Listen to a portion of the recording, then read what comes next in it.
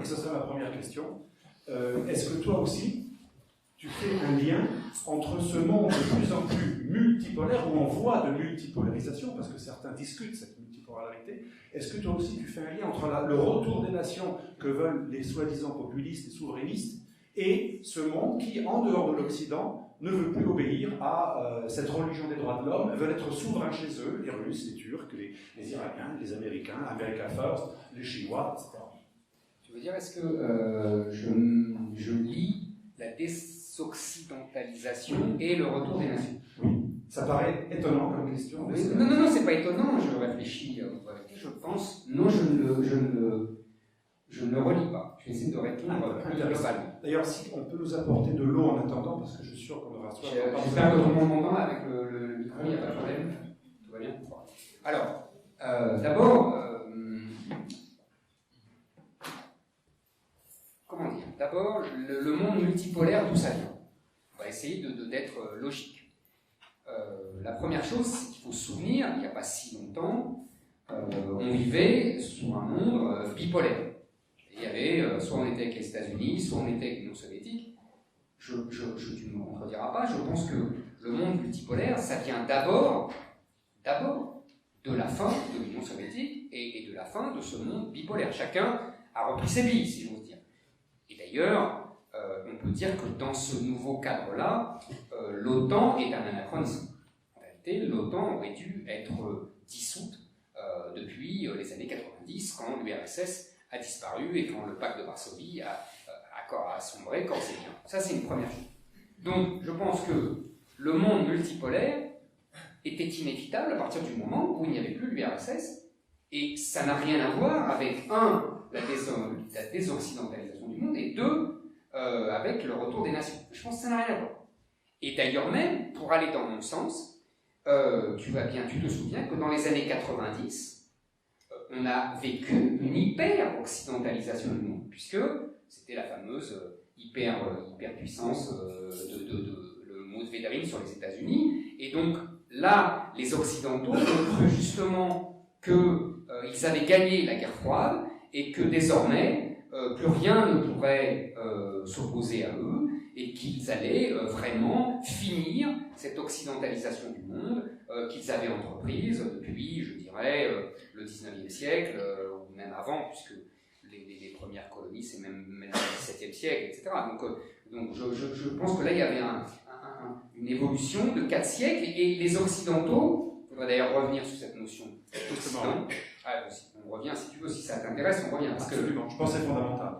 Effectivement, parce qu'aujourd'hui, pour nous contemporains, l'Occident, c'est tout ce qui est soumis à l'Amérique.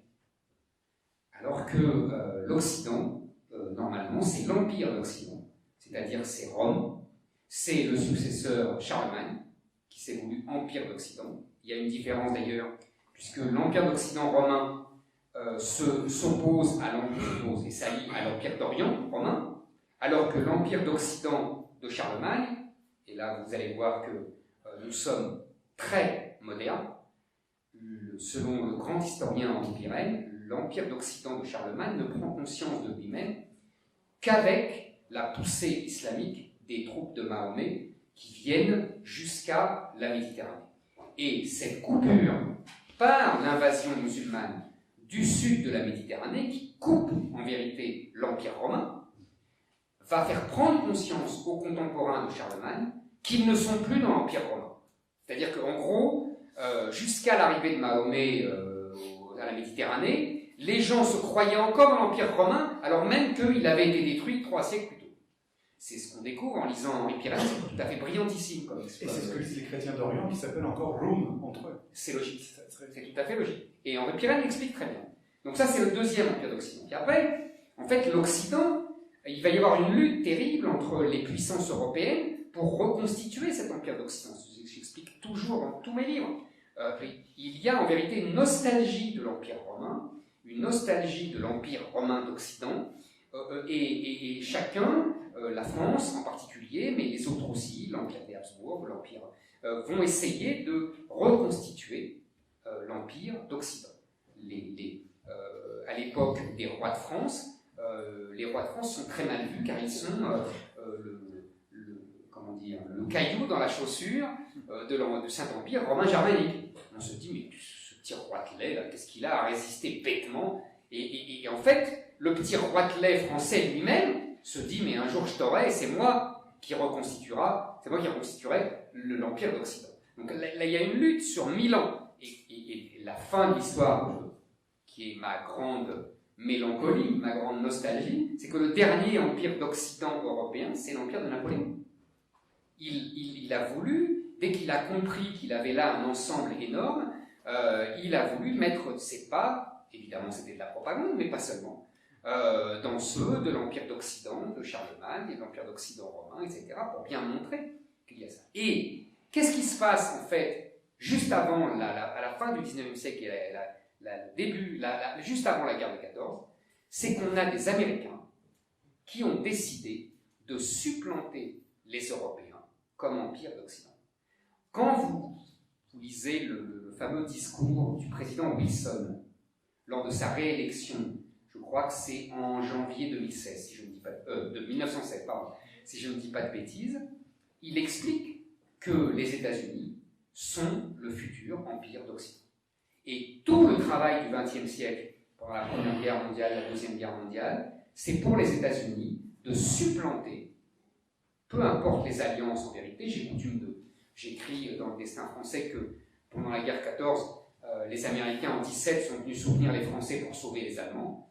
En vérité, les Américains étaient là pour détruire les 3 puissances européennes qui avaient vocation à reconstituer cet empire d'Occident. C'est la France, l'Allemagne évidemment, et l'Angleterre qui voulait les empêcher. Mais à l'époque, excuse-moi de t'interrompre, l'Amérique veut-elle endosser l'Occident, continuer l'Occident ou la détruire pour toi? Est-ce qu'elle est déjà backward, cette excroissance mondialiste, ou est-ce qu'elle est encore occidentale? Mais je n'ai jamais compris tout ce que j'apprenais quand j'étais jeune. Avec le recul, je ne comprends pas. Tu sais, c'est la fameuse thèse de dire, même de Raymond Aron, tu vois, de dire les États-Unis sont un empire malgré eux. Tu sais, c'est la grande thèse, quand on était jeune, on apprenait ça. Et franchement, à force de travailler là-dessus, je n'y crois absolument pas. Je pense que les élites, hein, évidemment, américaines, dès la fin du XIXe siècle, ont compris qu'ils avaient un pays immense, qui avait tous les moyens de devenir la première puissance mondiale et qui avait décidé de décentrer l'Occident. C'est dans le président Wilson, c'est dans le Theodore Roosevelt. Ces gens-là, avant le président Franklin Roosevelt, tu comprends. Et Franklin Roosevelt lui-même, tu sais où il commence sa carrière? Chez le président Wilson. Il est au cabinet du président Wilson, comme par hasard. Mais cet Occident-là, est-il encore civilisationnel ou est-il déjà en passe de devenir Macquarie? Vous savez, Macquarie, il est civilisationnel, il est l'Occident blanc, il est simplement... les États-Unis veulent remplacer les pays européens comme pôle dominant. Il y a un transfert d'hégémonie. Mais pour eux, c'est la même chose. Ils vont obliger d'abord leurs alliés, c'est-à-dire les Anglais et les Français, à se soumettre à leurs règles, hein, le libre marché, la démocratie représentative, etc. Et puis l'Allemagne. Et à chaque fois qu'ils vont battre un pays européen, qu'ils vont le vaincre, et ben, ils vont lui imposer ces règles, jusqu'à, tu as vu, après 89, qu'est-ce qu'ils ont fait? Ils ont fait la même chose avec les pays de l'Est. Ils ont immédiatement américanisé tous ces gens, occidentalisé tous ces gens. Moi, je pense qu'il y a un vrai projet impérial américain depuis le début. Quand je dis le début, tu comprends bien, je ne parle pas du XVIIe siècle, évidemment, mais à la fin du XIXe siècle, ça commence, et ça n'a jamais cessé. Mais quand est-ce que ce projet cesse d'être uniquement occidental? Et vous savez, c'est le grand questionnement de Samuel Huntington. Je sais bien. Dans son livre Qui nous sommes, il disait qu'il y a un risque que nous cessions d'être occidentaux si on se tire en bise. Alors, si on accueille trop d'immigration extraordinaire. J'ai lu Huntington, le livre Qui sommes-nous, qui est supérieur d'ailleurs, oui, d'après moi au fameux dernier livre d'Huntington. Et effectivement, tu as raison, Huntington, lui, a compris que l'empire d'Occident américain allait mourir de l'intérieur. C'est-à-dire qu'à partir du moment, je crois, en 1965, qu'ils suppriment leurs règles d'immigration qui étaient « on n'accepte que des Européens », on a oublié ça. Mais jusqu'en 1965, les États-Unis refusaient des non-Européens, à part évidemment les esclaves noirs, évidemment. mais c'est pour ça que souvent les Asiatiques étaient parqués, etc. C'est-à-dire, il y a des quotas pour les autres, pour les non-européens. Et à partir de 1965, il supprime cette règle des quotas. Et donc, Huntington a très bien compris qu'il y avait là, en particulier venant du sud des États-Unis, une re-hispanisation d'une partie des États-Unis qui allait petit à petit désagréger les États-Unis. Et à quoi s'ajoute, exactement comme en France, exactement comme en Europe, le politiquement correct. C'est-à-dire que le politiquement correct qui est, qu'est-ce que c'est? C'est, on érige les minorités en dominateurs de la majorité. On estime que les minorités ont désormais le pouvoir d'imposer, en souvenir de leur du fait qu'ils ont été des victimes de l'homme blanc hétérosexuel. Maintenant, c'est le temps de la revanche pour toutes ces minorités, qu'elles soient raciales, sexuelles, ethniques, et donc elles doivent désormais dominer la nation. Et effectivement, Huntington voit très bien que c'est un élément de désagrégation absolue. On le voit aujourd'hui aux États-Unis, on le voit en France, on le voit dans tous les pays d'Europe, on le voit dans tous les pays d'Occident. Ça, c'est une désoccidentalisation de l'intérieur. On en parlera sans doute après. Et il y a la désoccidentalisation. Moi, si tu veux, je ne pense pas. Si tu veux, moi, je n'oppose pas, en fait. Qu'est-ce que c'est quand tu dis Macworld? Ça veut dire c'est l'américanisation. Oui, pour Benjamin Barber, c'est une excroissance anglophone, effectivement, mais qui devient mondiale et qui échappe à son créateur américain, qui devient mondialiste. Bien sûr, mais elle échappe à son créateur américain. Il n'empêche que la culture américaine a envahi. Oui, elle échappe à moitié. Voilà, elle échappe à moitié. Et puis aussi parce qu'ils font des mauvais choix stratégiques, etc. Moi, je pense que, pour répondre alors, à ta problématique d'origine, je pense que le retour des nations, c'est autre chose. D'accord. Comment te dire? Je pense que la mondialisation, la globalisation, comme disent les anglo-saxons avec pertinent, parce que la mondialisation, il y a toujours eu, évidemment, il y a toujours des échanges dans le monde. La globalisation, en uniformisant, c'est ce que tu as dit, ce que tu appelles la World, etc., en uniformisant culturellement le monde, provoque des réactions identitaires de peuples qui ne veulent pas subir cette occidentalisation et cette américanisation. Encore une fois, c'est devenu synonyme aujourd'hui. Le général de Gaulle, finalement, il annonçait déjà ça. Bon, donc là, on a quelque chose qui touche toutes les nations, puisque la mondialisation, la globalisation a américanisé le monde entier. Et donc, en réaction, les peuples se disent non, moi je ne veux pas être complètement américanisé.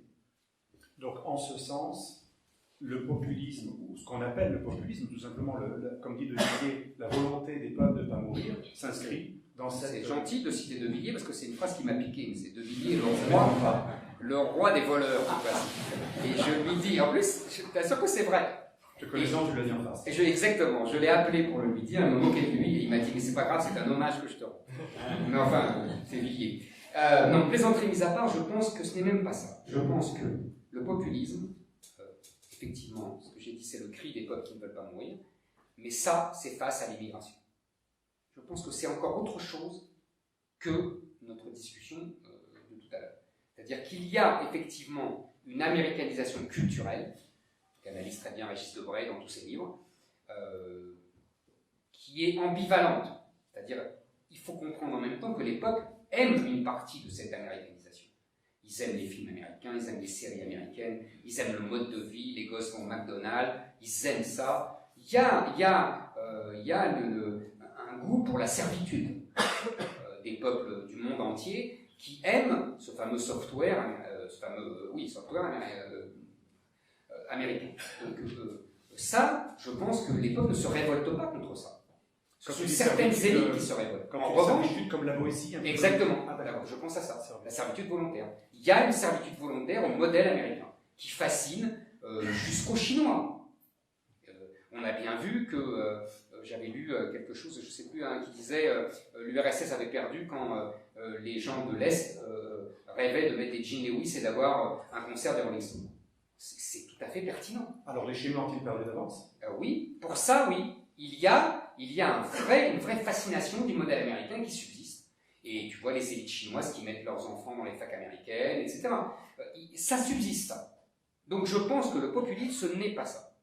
Le populisme, pour moi, c'est la réponse au grand remplacement.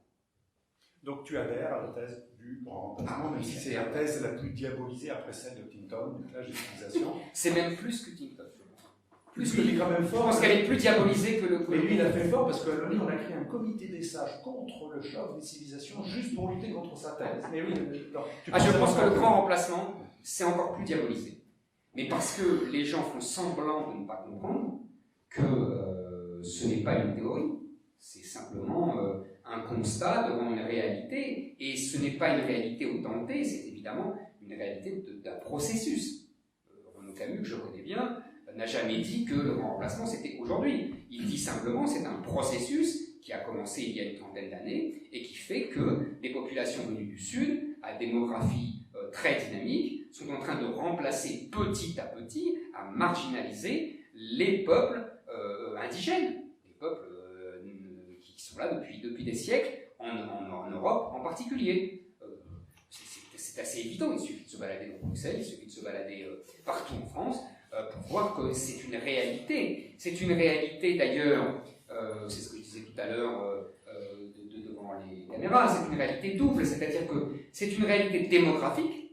On connaît tous les chiffres, il y a 500 millions d'Européens, et il y avait 100 millions d'Africains en 1900, 300 millions dans les années 60, il y en a 1 milliard aujourd'hui, il y en aura 2 milliards en 2050, 4 milliards en 2100.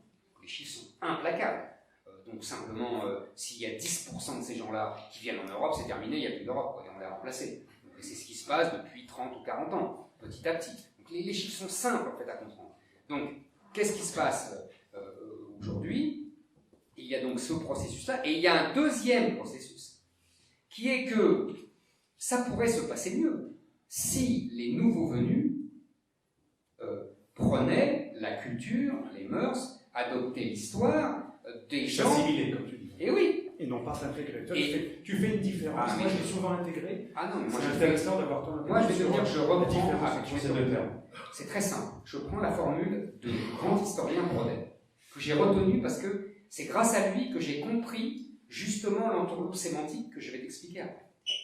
Brodel dit, en parlant d'identité française, il dit les immigrés italiens, ça commence avec les Belges d'ailleurs, les Belges, les Italiens, les Allemands, les Polonais, les Russes, tous les immigrés européens qu'on a eus, se sont intégrés facilement en s'assimilant. En fait, c'est Brodel qui a raison. Il n'y a pas d'opposition entre intégration et assimilation. L'assimilation permet l'intégration.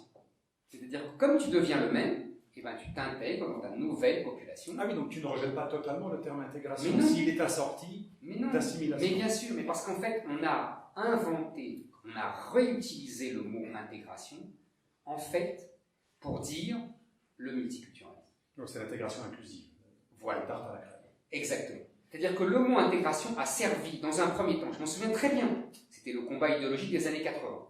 Je me souviens très bien d'une interview d'Harlem Désir, le premier président de SOS Racisme, qui avait dit dans Libération, on est en 85-86, et tout est dit avec ça, il avait dit, avant en France, il y avait l'assimilation ou le débat, le retour au pays. Aujourd'hui, nous avons aussi l'intégration. Et là, l'entourloupe sémantique était actée. Donc il y a même un glissement sémantique. Mais bien sûr. Le mot intégration, en vérité, est un oxymore, c'est devenu la désintégration. Ils disent intégration pour dire désintégration. Ils disent intégration pour dire refus de l'assimilation. Ils disent intégration pour dire multiculturalisme.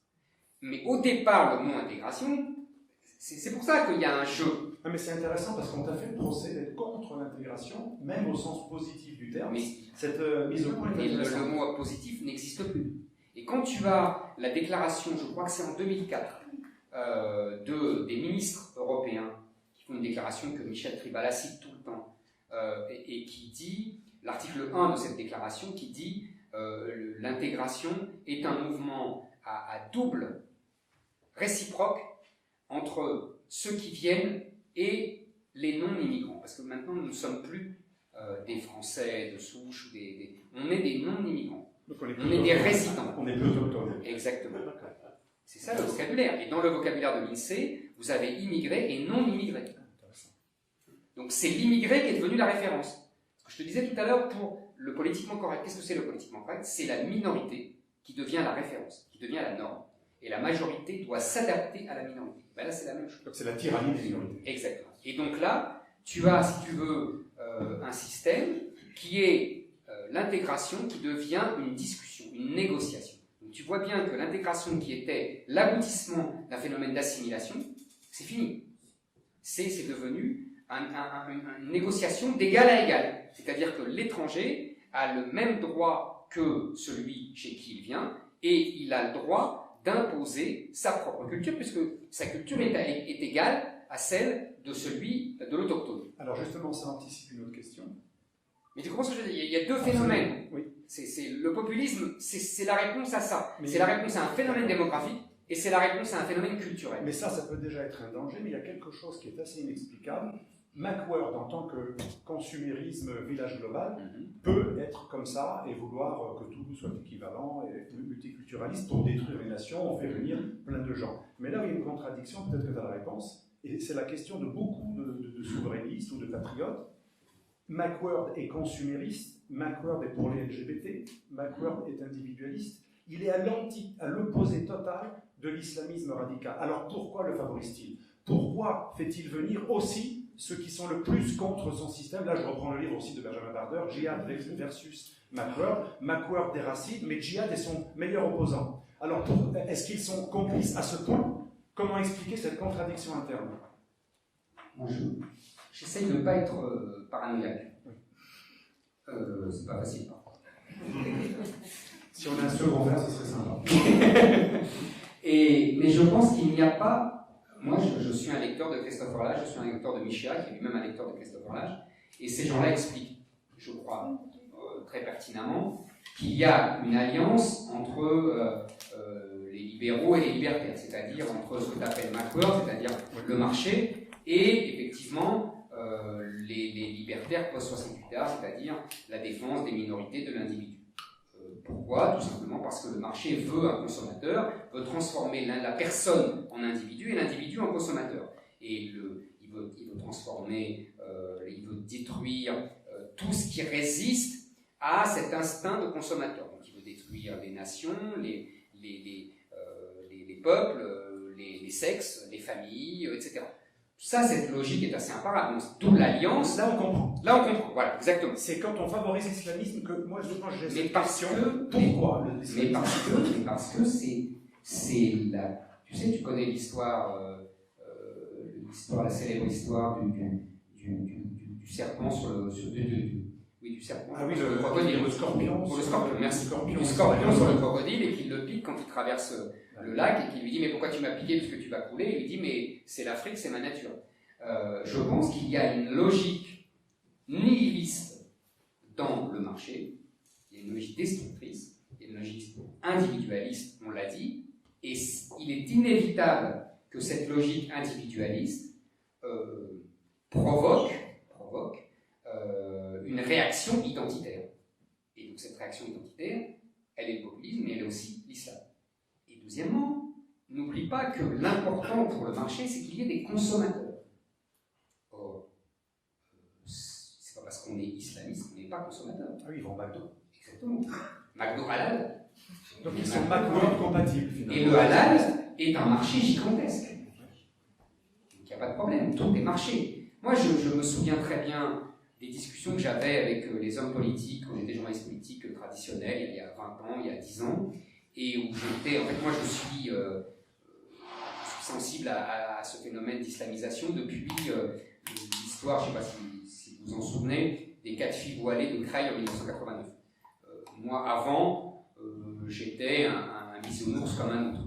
Et oui, comme en plus, moi je venais d'Algérie, mais ma famille venait d'Algérie, j'étais moi-même exotique par rapport à la culture française de départ, je me disais, bon, bah, ils vont faire tous comme nous. Après tout, mon grand-père parlait mieux arabe que français. Et puis, vous voyez, bon, on s'est arrivé assez vite, on s'est assimilé, on a donné des prénoms français aux enfants, à l'école, enfin, le schéma habituel. Je me suis dit, ils vont suivre ce schéma habituel. Et j'avoue que j'ai eu un choc avec ces 4 jeunes filles voilées de crèche. Je me suis dit, ah là, c'est pas du tout le chemin habituel. Ils sont en train de faire marche arrière et de revenir. Donc depuis lors, je suis sensibilisé à ça. Et quand je discutais avec les politiques de droite et de gauche, ils avaient toujours la même réponse. Ça pourrait faire un titre de livre. C'est mais ne t'inquiète pas, ils voudront tous acheter des Nike.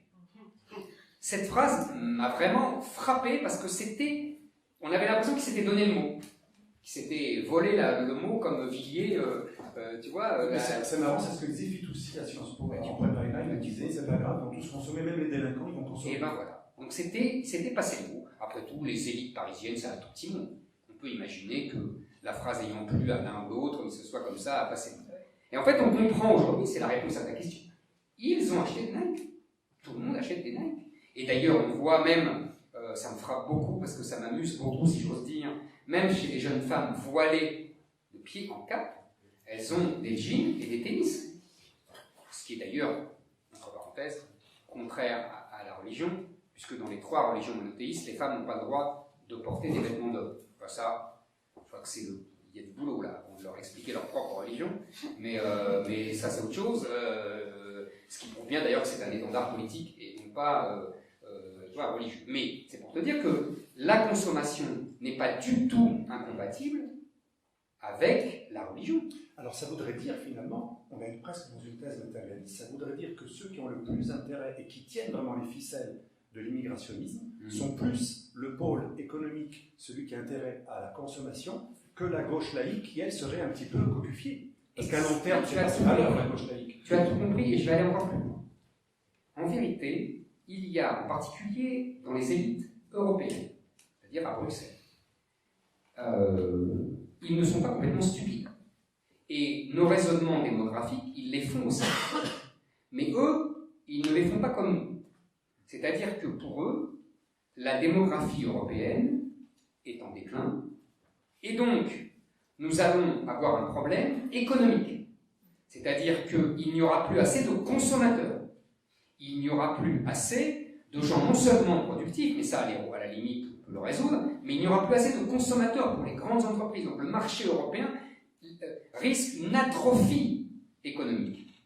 C'est ce qui risque de se passer au Japon. Tu as vu, il y a des tas de papiers là-dessus. Il y a une pression idéologique pour pousser les Japonais à prendre des immigrés, ce qu'ils ne veulent pas faire. Ils sont le dernier peuple. Et on les traite de racistes pour ça. Exactement. Contre l'immigration. Donc, le raisonnement est le suivant. Il faut faire venir des immigrés en masse pour compenser la dénatalité européenne et pour remplacer les consommateurs, non pas les travailleurs, sauf ce que je disais tout à l'heure, les travailleurs à la périphérie, c'est-à-dire les livreurs de pizza, les gens dans les cuisines. Tu as remarqué que tous ces gens qui servaient la boboïtude de centre-ville, elle est immigrée.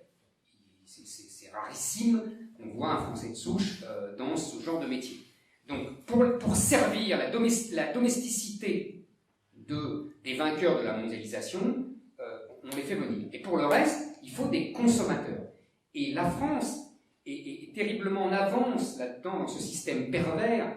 Je ne sais pas si tu lis, je te recommande, si tu ne le fais pas, les articles de Pierre Vermeuren, l'historien, dans Le Figaro, qui explique très bien, c'est sa grande thèse, et elle est très intéressante. Il explique que la France, contrairement à l'Allemagne par exemple, qui reste un pays traditionnel où on produit encore beaucoup, on vend contre l'extérieur, une espèce de raisonnement colbertiste encore, mais la France, elle, est passée dans un autre système où l'économie ne produit très peu de choses, où on est dans un système de consommation.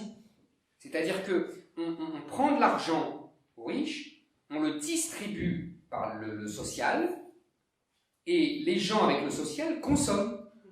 Et la machine tourne comme ça. Et donc tu vois bien que dans ce cas-là, l'immigration n'est pas nécessaire, elle est indispensable. Puisque, comme en plus ce n'est plus une immigration de travail, pour l'essentiel c'est une immigration de peuplement, une immigration familiale. Donc ces gens-là, on les fait venir exprès pour qu'ils consomment, avec de l'argent qu'on va leur donner. Mais ça veut dire que Macron accepte même la délinquance, puisque toutes ces périphéries mon gérées par des caïds, finalement, ça leur est égal. Mais mon cher, si tu lis les théoriciens les plus libéraux, ils t'expliquent qu'ils que ces gens-là sont tout à fait adaptés au capitalisme. Ah oui. Bien sûr. Il y a pas Et tu as vu que les Anglais, je crois que ce sont les Anglais ont récemment mis dans le calcul de leur PNB les revenus de la prostitution et du trafic de drogue. Ah, on est d'accord? C'est un revenu Je ne suis gigantesque. pas fou. Donc, si tu veux, c'est une logique économique. C'est une logique économique. Donc, il faut bien comprendre ça. Et ça, je le comprends petit à petit. Tu vois, même moi, on apprend toujours, parce que c'est très intéressant. Il y a une volonté. Alors là, c'est ton alliance. Là, tu la tiens, ton alliance. Mais ton alliance, elle est économique. Et la gauche, finalement, elle sert de caution légitimatrice, comme dit Diego Fusaro, le philosophe italien un peu souverainiste. Il dit la gauche est cocufiée par le grand capital, et si elle était vraiment de gauche révolutionnaire, elle serait la première à être contre la mondialisation. Deux choses. Jean-Claude Michéa a dit ça dans tous ses livres depuis 20 ans. Il répète toujours la même chose. C'est simple, hein. Vous lisez Jean-Claude Michéa il y a 20 ans, et aujourd'hui, il écrit toujours le même livre, il répète ça. C'est simple. Et deuxièmement, ça ne devrait pas t'étonner. La gauche, c'est la bourgeoisie. La gauche, on le sait depuis Voltaire, depuis le XVIIIe siècle. Et la gauche, c'est la bourgeoisie qui impose la loi du marché. La gauche ou la nouvelle gauche? Mais la gauche depuis toujours. Ah, depuis toujours. Tu sais, je te dis, Voltaire, c'est la gauche. C'est le libéralisme. Le libéralisme a été déporté à droite à cause du communisme. Tu comprends? Bon, les gens ont eu peur pour leur propriété. À partir du moment où il n'y a plus de communisme, bah, tu reviens au système du 19e siècle. Et là, le libéralisme, c'est la gauche. Donc c'est Benjamin Constant. Exactement, c'est ce que j'allais dire. C'est Benjamin Constant. Donc c'est pour ça que les anglo-saxons, pour toi, sont cohérents lorsqu'ils parlent de liberals, pour parler de ce que nous on appelle bien la sûr, bien sûr, bien sûr. Et est-ce que tu remarqueras que les anglo-saxons n'ont pas eu de communisme. Donc c'est assez clair, c'est assez simple à comprendre. Et donc, on est revenu, Macron est un libéral. Et Macron avait dit, avant son élection à la présidence de la République, le libéralisme est de gauche. Il avait tout à fait raison. Alors justement, une question qui revient un peu au centre du sujet, comment les nations européennes, ou plutôt les États-nations, vont-ils pouvoir relever ces défis? Celui de l'islamisme radical, celui connexe de l'immigrationnisme et Macron. Et cette entreprise, ce grand capital déraciné qui a besoin de détruire les États-nations. Ça fait quand même pas mal d'ennemis. On pourrait même rajouter l'Église aujourd'hui catholique qui parfois rend jaloux l'extrême gauche dans la défense des migrants. J'allais dire. On a plusieurs pôles de mondialisme finalement. Des matérialistes athées de type idéologique, les marxistes, des matérialistes économiques, Macron, des islamistes, l'Église catholique. Ça fait quand même. Comment on peut résister à tous ces faisceaux de mondialisme antinationaux? Je vais te dire quelque chose. La logique, je dis bien la logique, c'est-à-dire s'il n'y a pas vraiment de prise de conscience, de choses vraiment puissantes, la logique veut que les États-nations s'invitent. C'est ce qui se passe globalement depuis 40 ans. Hein, d'accord? Pourtant, ils ont toujours le dernier mot à un moment ou à un autre, les États-nations, s'ils existent. Non, moi je ne trouve pas. Qu'est-ce qu'il y a le dernier mot? Tu veux dire, même face au fascisme, au communisme et tout ça? Face au nazisme, c'est la Russie qui a gagné, qui a arrêté la machine, c'est pas les États-nations. Donc c'est les empires. C'est les rapports de force. Tu sais, moi je n'ai pas de théologie de l'État-nation, je ne pense pas. C'est comme quand on dit les démocraties ne se font jamais la guerre. Je n'y crois pas. Tu vois, je ne pense pas du tout qu'il y ait une logique que l'État-nation à la fin gagne toujours, ou que les démocraties à la fin gagnent toujours. Je n'y crois pas. En Amérique latine, un reflux de la pensée gauchiste, anti-occidentale qui a sévi pendant les années 90. On voit des Bolsonaro qui arrivent au pouvoir, alors on peut les trouver tout ce qu'on veut, critiquables, caricaturables, mais ce sont quand même des souverainistes qui luttent contre tout ce que veut Macron, y compris au niveau sociétal. On a un Trump aux États-Unis, on a la montée de soi-disant populistes ou souverainistes, on les appelle comme, moi je dirais patriotes, en Europe de l'Ouest. On a aussi Visegrad, mais tout ça, est-ce que ça donne pas quand même l'idée d'une réaction en cours? Mais c'est évident, donc, tu as tout à fait raison. Se réveiller. Mais c'est évident, tu as raison, c'est-à-dire que ça a fini par susciter une réaction. Et c'est ce que je disais tout à l'heure à la table, je pense effectivement aujourd'hui, le clivage, c'est ça. Et Macron a raison. Alors, évidemment, il emploie le mot populiste pour salir l'adversaire, bien sûr, on comprend bien, c'est classique. Mais sur le fond, il a raison. Il y a ce qu'il appelle les progressistes, c'est-à-dire les modernistes, c'est-à-dire les mondialistes, c'est-à-dire qui sont alliés aux islamo-gauchistes, ça il le dit pas, mais c'est quand même ça objectivement, et évidemment à l'islam, et puis il y a ce qu'il appelle les populistes, et après tout, tu sais, c'est un classique de l'histoire des idées, on retourne de stigmate, et ben soyons fiers d'être des populistes. Et voilà, et il y a des populistes, il y a ce que tu appelles les patriotes, c'est-à-dire effectivement les souverainistes, appelons-les comme on veut, les nationalistes comme on veut, en vérité les mots n'ont pas d'importance. En vérité là en l'occurrence, on voit bien quel est le clivage, on voit bien où la ligne passe, on voit bien effectivement qu'on se détermine par rapport à ça. Moi je vois par exemple, même vis-à-vis de moi dans la rue, des comportements, favorable au style. Très favorable, mais très défavorable aussi, c'est-à-dire qu'il y en avait moins avant. Et de plus en plus de gens m'insultent, etc. Et de plus en plus de gens viennent me voir, on sent bien qu'il y a une polarisation. On a connu ça avant, quand il y avait les socialo-communistes, comme disait Pasqua, contre les forces de la liberté, comme disaient les gens de droite. Tu sais, c'est cette polarisation qui fait que tu penses que l'adversaire est vraiment un ennemi. Toutes les théories de Carl Schmitt. Et ben, je pense que nous sommes en train de vivre ce moment où l'adversaire est en train de devenir un ennemi. Et donc, là, ça va être irréductible. Et c'est pour ça que ça se tend partout, tu as raison. C'est pour ça que moi, je pense que l'année 2016 a été un basculement. Brexit, Trump, et ce qu'on ne dit jamais, la défaite de Renzi en Italie. Renzi, c'était l'ancêtre de Macron. C'est le même. Il se ressemble à propos de Macron, justement, il a étonné récemment en parlant de l'islamisme séparatiste, radical, qui est un danger fondamental. Est-ce que c'est pour retrouver une position un peu régalienne, reprendre une forme de hauteur ou recoller avec le peuple? Est-ce que c'est une manipulation? En tout cas, c'était heureux, la phrase. Je vais te dire, moi, je ne pense pas. Ah. Non, je pense que... Tu sais, je vais te raconter quelque chose. Quand il y avait les guerres de religion, le duc de Guise, donc le chef du camp catholique, était fasciné par le protestantisme. Quand il y a eu le combat au moment de l'affaire Dreyfus, Barrès, qui était donc un des chefs nationalistes, était convaincu que Dreyfus était innocent et était fasciné par le cosmopolitisme intellectuel. Les gens ne sont pas univoques. Je pense que Macron et encore plus Brigitte, puisqu'elle vient de l'ancien monde, qu'elle est beaucoup plus âgée que lui, et donc elle a connu le monde qu'on a connu quand on était petit. Donc elle sait très bien ce qui s'est passé. Non, mais je dis pas ça méchamment, je dis pas ça pour me moquer. Je pourrais me moquer.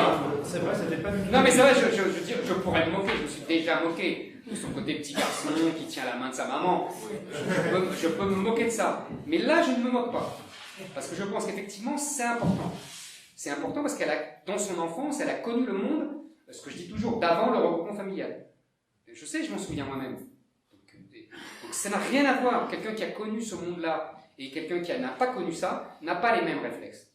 Donc en fait, si tu veux, ils comprennent ce qui se passe, mais ils pensent qu'on n'a pas le droit de l'arrêter. Mais certains disent même que si des populistes, souverainistes ou patriotes arrivaient au pouvoir, ils ne pourraient pas le faire eux aussi.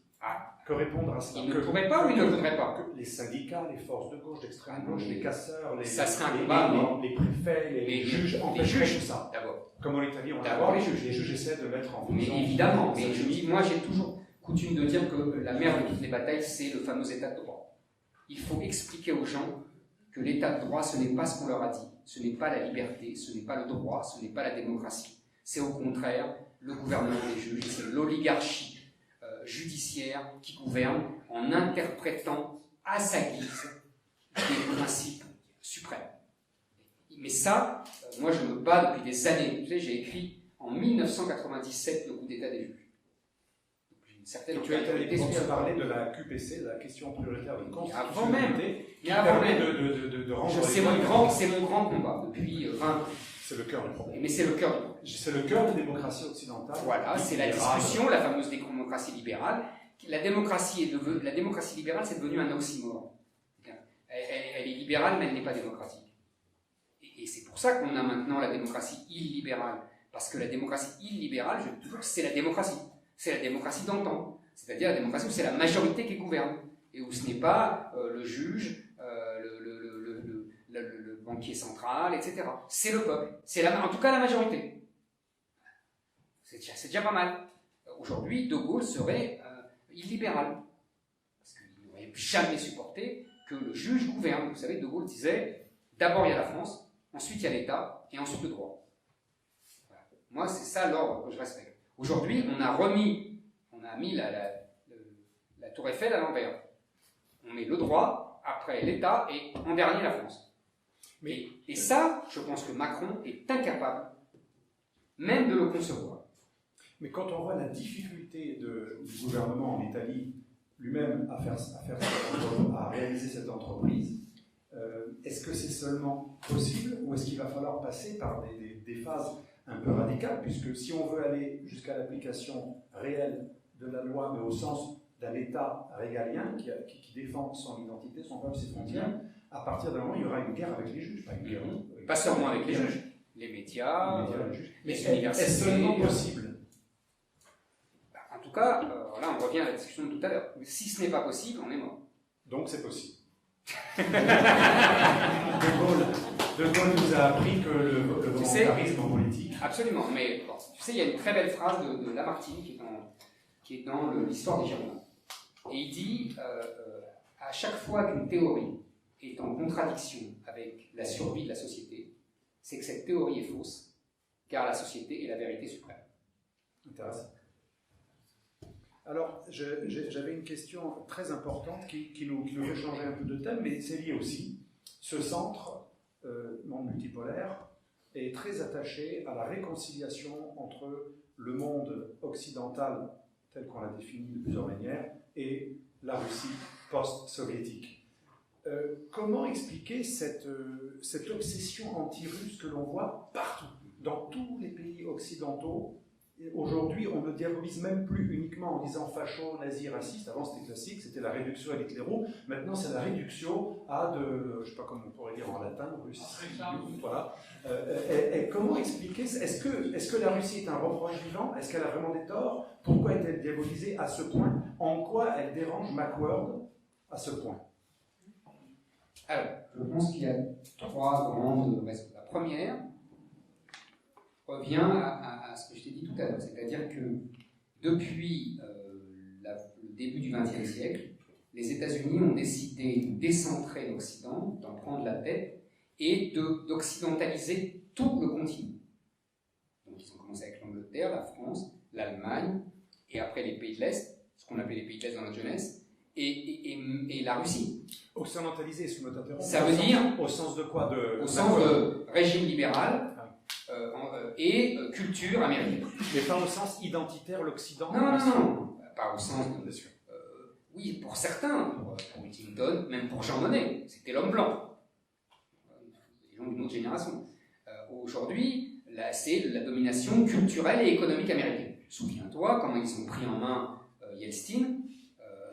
Ils voulaient faire de la Russie une autre Pologne, une autre... voilà, pour eux, c'était la suite logique, parce qu'à chaque fois qu'ils gagnent une guerre, ils le font. Ils ont fait ça avec la France, ils ont fait ça avec l'Allemagne, maintenant ils ont fait ça avec les pays de l'Est après 89, et maintenant ils voulaient faire ça avec la Russie. Donc la Russie a résisté. Ça, c'est la première raison. Deuxième raison, il y a, tu lis ça dans Brzezinski, tu sais, le grand échiquier, tu connais ça, la stratégie américaine reprend, alors là on parlait de géostratégie au début, reprend toute la logique de la géostratégie allemande, voilà. Karl Schoffer et Mackinder version exactement. Et j'avais jamais un souvenir pour ça. C'est-à-dire les peuples de la terre contre les peuples de la mer. Voilà, et le fait qu'il faut tenir le cœur du continent eurasiatique, c'est-à-dire l'Allemagne et la Russie, et qu'il ne faut surtout pas une alliance entre l'Allemagne et la Russie, parce qu'alors là, ils pourraient à eux deux contester la domination américaine. Donc, les Américains ont une stratégie permanente de création de conflits entre l'Allemagne et la Russie. Donc, ils inventent des trucs, il faut absolument que les deux s'affrontent. Et tu as vu encore avec la fameuse livraison de gaz russe à l'Allemagne, les Américains font tout pour empêcher cette cette alliance, entre guillemets, économique entre l'Allemagne et la Russie. Ça, c'est la deuxième raison. Et puis, la troisième raison, c'est une raison culturelle. C'est-à-dire que la Russie, c'est une Hongrie en très grand. Donc évidemment, si tu veux, c'est la démocratie, c'est la mère de toutes les démocraties illibérales. Avec ses limites d'ailleurs, on connaît, on sait que les Russes, bon, c'est les Russes, c'est la Russie. On sait que c'est pas la Suède, c'est pas, voilà. Mais, si tu veux, on sait aussi que de toute façon, Poutine serait réélu. Et que la majorité du peuple russe soutient Poutine. Et donc, Poutine qui s'est mis en parangon de la civilisation européenne, chrétienne, et de la défense de la famille, etc., enfin tout ce que vomit le politiquement correct occidental né dans les universités américaines, là il y a un conflit idéologique majeur. Tu vois, il y a plusieurs conflits. Il y a un conflit géostratégique, il y a un conflit historique, militaire, et il y a un conflit culturel. Donc, évidemment, ça fait beaucoup. Ça fait beaucoup, et en plus, ça s'appuie sur comment dire, des a priori séculaires. On sait, nous par exemple les Français, on a été complètement intoxiqués par un texte de Custine qui, au XIXe siècle, revenant de Russie, a sorti tous les poncifs qu'on sort encore. C'est vrai qu'il y a des racines... Mais il y a des racines très profondes. Mais voilà, je crois que c'est les trois raisons majeures de cette polarisation sur la Russie, qui est d'ailleurs dramatique, parce que du coup, ça a envoyé la Russie avec la Chine. Aujourd'hui, il y a des accords économiques, il y a des accords militaires, et c'est dramatique pour nous. C'est une bévue qu'on va payer très cher, et je lisais certains articles là, sur cette alliance-là, et ce que je disais, c'était que c'était définitif, et que la Russie n'a plus envie maintenant d'être acceptée dans le camp européen et occidental, qu'elle n'en a plus besoin. J'espère que ça n'aura qu'un temps, et qu'il y aura un conflit sur je pense qu'il y aura un conflit sur la démographie entre la Chine et la Russie. D'ailleurs, la Russie aujourd'hui se veut à la tête du monde multipolaire. Elle l'exprime dans son organisation, l'OCS, conférence de Shanghai avec la Chine. Et c'est un immense gâchis. Mais c'est bien ce que je te dis. Ceux qui veulent sortir de Macquarie, qui vont dans les bras des Chinois. Ce qui est fou, c'est que j'ai ou d'Erdogan. Tu vois, on est revenu à une nouvelle bipolarité entre les États-Unis et la Chine. Ça, c'est un autre sujet. Tu veux dire qu'après le monde en voie de multipolarisation, je crains qu'on aille vers je crains un néo-bi. Voilà. C'est-à-dire que pour être clair, tu sais, tu as lu le dernier livre d'un universitaire américain, je crois que c'est Allison, sur le complexe de Thucydide, c'est ça. Et effectivement, il explique qu'à chaque fois qu'il y a une puissance montante et qu'il y a une puissance dominante qui ne veut pas tolérer l'émergence de la puissance montante, il y a une guerre. Et moi, je pense depuis longtemps, c'est Sparte et Athènes, d'où Thucydide. Et moi, je pense depuis longtemps qu'il y a un point de grande ressemblance entre le moment que nous avons vécu avant la guerre de 14 et le moment que nous vivons aujourd'hui. Je t'explique en deux mots. Avant la guerre de 14, nous avons une puissance impériale maritime, tu parlais de la terre et la mer, qui était l'Angleterre, qui était une puissance hégémonique, qui avait vaincu, qui vivait son hégémonie sur la défaite de la France. En fait, les Anglais avaient attaqué l'hégémonie française, dont je te parlais tout à l'heure, à partir de la fin du règne de Louis XIV, et ils avaient fini, au bout d'une sorte de nouvelle guerre de 100 ans, par avoir la peau de cette hégémonie française avec Waterloo en 1815. D'où les festivités énormes. Il y a eu 3 jours de fête pour célébrer Waterloo. Donc les Anglais ont bien compris que là, ils avaient gagné. Et le siècle anglais s'achève à la fin du XIXe siècle, quand, après l'unité allemande, l'Allemagne se révèle un concurrent redoutable de l'industrie anglaise. Tu sais par exemple que le fameux Made in Germany a été inventé par les Anglais. C'était pour se moquer des Allemands. Et pour dire, vous voyez, les Allemands font de la camelote, un peu comme on a fait aux Japonais, tu sais, au début, dans les années 60, et comme on a fait aux Chinois dans les années 90. Ils font de la camelote, nous, le Made in England, c'est autre chose. Ça n'a servi à rien.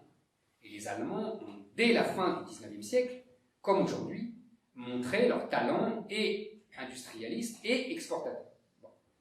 Et à partir du moment où, à la fin du XIXe siècle, l'Allemagne a entrepris, et tu vas vas voir à quel point ça ressemble aujourd'hui, a entrepris la constitution d'une marine équivalente à la marine anglaise, son sort était scellé. Et donc l'Angleterre s'est alliée à la France, s'est alliée aux autres pour abattre la puissance allemande. Ça a donné 14-18. Je pense que nous sommes dans une situation tout à fait comparable, avec évidemment dans les rôles de l'Angleterre, les États-Unis, et dans le rôle de l'Allemagne, la Chine, tu as bien compris. Tu vois la logique que je développe. Il y a deux limites, c'est pas rien, mais tu as remarqué que depuis quelques années, les Chinois ont décidé d'édifier une marine égale à celle des États-Unis. Ils en sont encore loin, mais ils prennent. Écoute, j'ai lu qu'ils faisaient la marine française tous les ans. Pas mal quand même. À ce rythme-là, je ne dis pas parce que la marine américaine c'est quelque chose de colossal, mais voilà. Et donc je pense que là, les Américains, comme les Anglais il y a un siècle, ont pris très au sérieux cette menace. Alors, ce qui retarde la guerre, c'est deux choses. C'est d'abord que la puissance américaine est largement supérieure à ce qu'était la puissance anglaise en 1900. C'est une question d'échelle. Et deuxièmement, il y a évidemment la bombe atomique. C'est-à-dire l'arme nucléaire retient les grands États d'un conflit réel, évidemment beaucoup plus que... C'est la thèse de Galois, le stratège Galois. Exactement. Donc ça, c'est... Mais, ce que dit d'ailleurs le Allison dont je te parlais, le professeur américain, il dit très justement, la grande nouveauté, c'est que par rapport au temps de la guerre froide, la guerre nucléaire peut se déclencher un peu de façon beaucoup plus, hasardeuse qu'auparavant. Hein, il peut y avoir des cyberguerres, il peut y avoir des déclenchements un peu automatiques qui peuvent enclencher des conflits pas vraiment voulus. Et là, on revient à des problématiques de la guerre de 14. Donc, comme Galois également, pour ceux qui ne savent pas, le créateur de la force, un des initiateurs de la force de frappe nucléaire française, grand stratège, grand résistant. Donc, tu penses que la guerre est possible, peut revenir, y compris chez nous? Je ne dis pas ça. Je dis, moi je pense que la guerre entre les États-Unis et la Chine, bon, j'ai dit ce que j'en pensais. Je pense qu'elle est possible, elle est envisageable, et que ce qui arrête encore, c'est la menace nucléaire. Évidemment, ça va. C'est pas la même chose qu'entre l'Angleterre et l'Allemagne en 14. Voilà, c'est tout. Mais pourquoi l'Empire américain... Mais c'est pas sûr que ça vienne chez nous, hein. Bien sûr. Mais pourquoi l'Empire américain n'essaie pas d'inclure la Russie? C'est marrant parce que Brzezinski, dont tu parlais, l'auteur de Grand Chessboard, le Grand Échiquier, à la fin de sa vie, lui qui a été anti-russe, un homme d'origine polonaise, c'est pas forcément automatique, très anti-russe, à la fin de sa vie, il dit, on a quand même raté quelque chose, on a consacré toute notre énergie à endiguer la Russie, y compris post-soviétique, et on l'a mis dans les bras des Chinois. Comment ça se fait qu'il a compris ça qu'à la veille de la mort? Et pourquoi les Américains ne l'ont pas plus mis en application si vraiment ils craignent les Chinois? Parce que, c'est ce que je te dis, je pense qu'il y avait une logique qui a échappé aux Américains, leur propre logique, c'est de ne pas unifier l'Allemagne et la Russie. Et que donc, pour cela, ils n'étaient pas à faire toutes les bêtises et à marginaliser la Russie. Alors, parce que souviens-toi que Poutine, il n'était pas le Poutine d'aujourd'hui. Absolument. Tu sais l'histoire après le 11 septembre 2001, il a appelé les services, le président Bush, les services secrets russes ont aidé les services secrets américains. Je veux dire, il était très demandeur. Jusqu'à 2004-2005, il demande l'Occident et après, il est choqué par les opérations d'agit-propre en Ukraine. Voilà, exact, les révolutions de couleurs, etc. Donc, on a raté quelque chose d'énorme. Énorme. Et les Européens, par soumission aux protecteurs américains, comme disait le général de Gaulle, ont raté encore plus. Parce que c'est notre continent, c'est notre allié naturel, surtout la France. L'alliance russe, c'est pas rien dans les mémoires collectives. Et contre l'islamisme, le sujet aussi qui nous évidemment. On l'a vu en Syrie. Mais évidemment. Non, c'est une bévue majeure. Et d'ailleurs, on voit bien, on voit bien que tous les présidents français, on a eu Chirac avec la guerre du Golfe, la guerre en Irak, quand il s'est allié à l'Allemagne et à la Russie pour refuser cette guerre. Il y a eu après Sarkozy qui s'est rapproché de Poutine. Il y a même Macron, tu te souviens, au début de son mandat, qui a invité Poutine. Il y a une mauvaise conscience française. On sait que c'est pas bien ce qu'on fait. Je pense qu'on sait, parce qu'en plus il y a toute l'histoire, l'alliance russe, en fait on gagne les guerres quand on est avec les Russes. Quand on attaque les Russes, on perd. C'est simple dans l'histoire française. C'est quand même... Non mais je veux dire, c'est comme au foot. Quoi. Il y a des trucs comme ça simples. Et voilà. Et il y a la Russie est vraiment notre remords. Et je pense que nos chefs d'État le savent très bien. Et il y a une faiblesse, une soumission à travers l'Europe, à travers l'OTAN, aux États-Unis, qui fait que finalement, on n'ose pas tendre vraiment la main à la Russie. Et je dis, c'est ce que je te disais il y a 5 minutes, je crains, d'après ce que je lis, c'est toujours la même chose, je ne suis pas le secret des dieux, mais je crains, d'après ce que je lis, que ça soit irrémédiable et que maintenant, ce soit Poutine et les Russes qui ne veuillent plus de nos mains, même si on les tendait. Alors ça a été confirmé en Russie, je l'ai souvent entendu, y compris de la bouche d'un prêtre très connu, le père Tikhon, qui était un confesseur, notamment de Poutine. C'est assez terrifiant, parce que c'est pas très amical non plus. Vous êtes notre ennemi, vous êtes dangereux pour nous, vous êtes un virus pour nous. J'ai entendu des phrases. Voilà comment Macworld, assimilé à ce que nous sommes en tant qu'occidentaux, est considéré comme un virus dangereux. Mais étonnamment, on retrouve ça dans le monde multipolaire aussi en Turquie. Les nationalistes islamistes turcs et les Russes, comme d'ailleurs des Vénézuéliens ou d'autres pays ou pôles du monde multipolaire, voient l'Occident mondialiste comme un virus qui détruit tout, les familles, les patries, les nations, les religions. C'est assez terrifiant, mais n'ont-ils pas un peu raison de leur point de vue? Si on fait de la géopolitique, on se met à la place y compris de l'autre, y compris le turc, le russe, le brésilien, le philippin. Je pense qu'il y a deux choses. C'était le début de notre conversation. Je pense ce sera d'ailleurs la conclusion, parce que je crois que après, le public pourra te poser des questions directement. Je pense qu'il y a deux choses. Il y a d'abord, effectivement, les grandes nations qui ont été des empires, qui veulent retrouver leur lustre d'avant.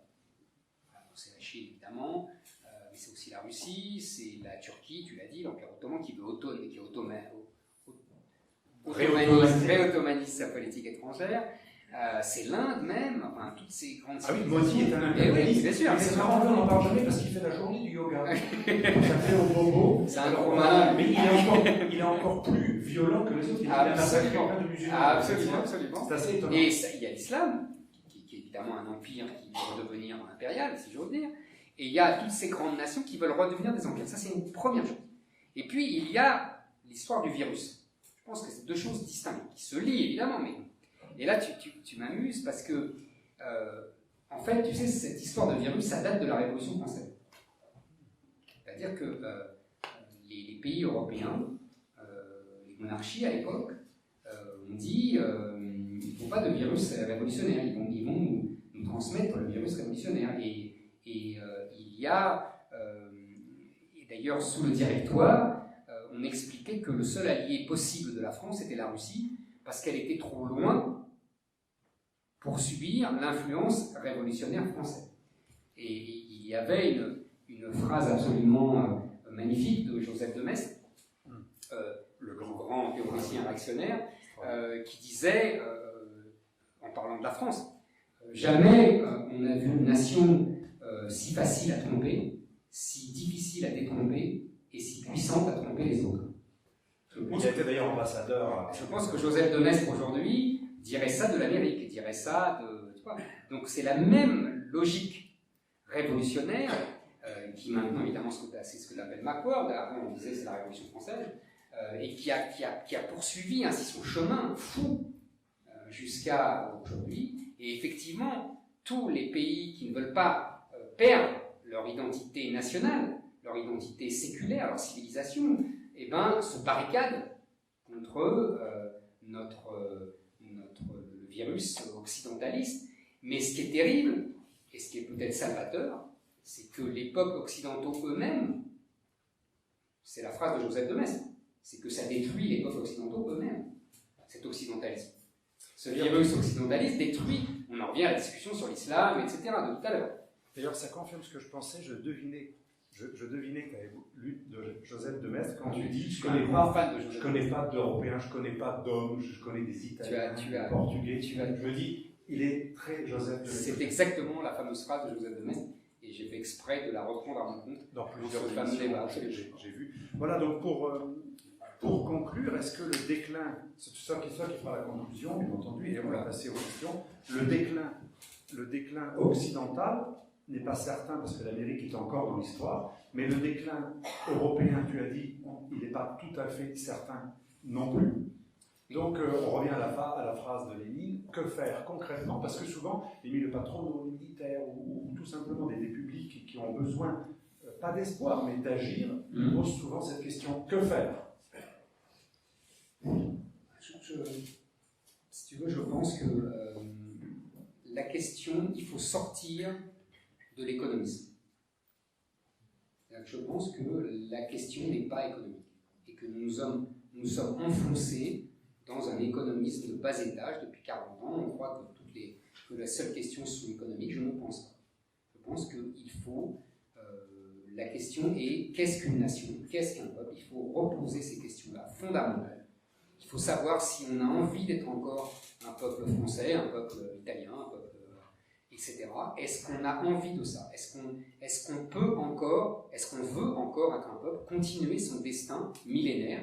Ou est-ce qu'on ne veut pas et on veut s'abîmer dans un nouvel ensemble européen, mondial, islamisé, où seul l'individu compte? Parce qu'après tout, ce qu'on nous répond souvent, c'est que ce sont des individus. En fait, ces gens-là ne voient pas que, je ne sais pas si c'était Benjamin Constant, c'est que sa fameuse phrase de Benjamin Constant, tout est moral chez les individus, tout est physique dans les masses. C'est qu'à partir d'un certain moment, un individu s'agrège à une masse et que là, il n'est plus un individu. Mais si nous continuons à ne vouloir connaître que des individus, et donc à être aveugles à ces peuples et ces civilisations qui nous combattent, on va mourir. Si on veut nous-mêmes cesser de raisonner uniquement en termes d'homo economicus, en termes d'individus, si on veut recommencer à se concevoir comme nation, comme peuple qui vient de loin et qui veut continuer ce chemin, je pense que c'est la seule issue. Le problème, c'est que est-ce qu'il y a une majorité de Français ou dans les peuples européens qui sont prêts à abandonner la conception moderne de l'individu pour essayer de retrouver une conception d'une nation, d'un peuple. Et ça, je ne sais pas. Ça sera, je pense, le grand enjeu des années à venir. Je pense que c'est le grand enjeu de ce conflit qu'on a défini là. Et c'est là. Les autres, tu sais, quand tu disais tel peuple, telle nation peut revenir, etc., eux, ils ont compris ça. Mais est-ce qu'ils l'ont compris parce qu'ils sont déculpabilisés ou parce qu'ils n'ont pas subi l'offensive de culpabilisation qui détruit dans les cerveaux? Oui, d'accord. Et alors, oui, il y a des tas de raisons. Ouais. Il y a des tas de raisons. Il n'y a pas que la culpabilisation, il y a les guerres. On va repartir pour une autre question. Il y a souvent plusieurs causes. Mais en tout cas, ce qui est vrai, c'est que je pense que l'enjeu, il est là. Redevenir une nation, un peuple, avec une conscience de peuple, avec une âme, comme on disait avant, l'âme de la nation française, ou non? Ou est-ce qu'on reste des atomes individualistes et des consommateurs? Je crois que l'enjeu, il est là. En tout cas, ce qui est intéressant dans ta conclusion, c'est que finalement, quand on dit l'homme de droite, c'est le capitalisme et l'individualisme, eh bien non. Ou alors, n'est pas de droite. Et donc, nous invitons la gauche, finalement, à rejoindre le combat des nations et des patries et des frontières. Mais il y en aura. Exactement. Mais tu sais bien qu'elle a trahi depuis longtemps. Là, c'est la conclusion.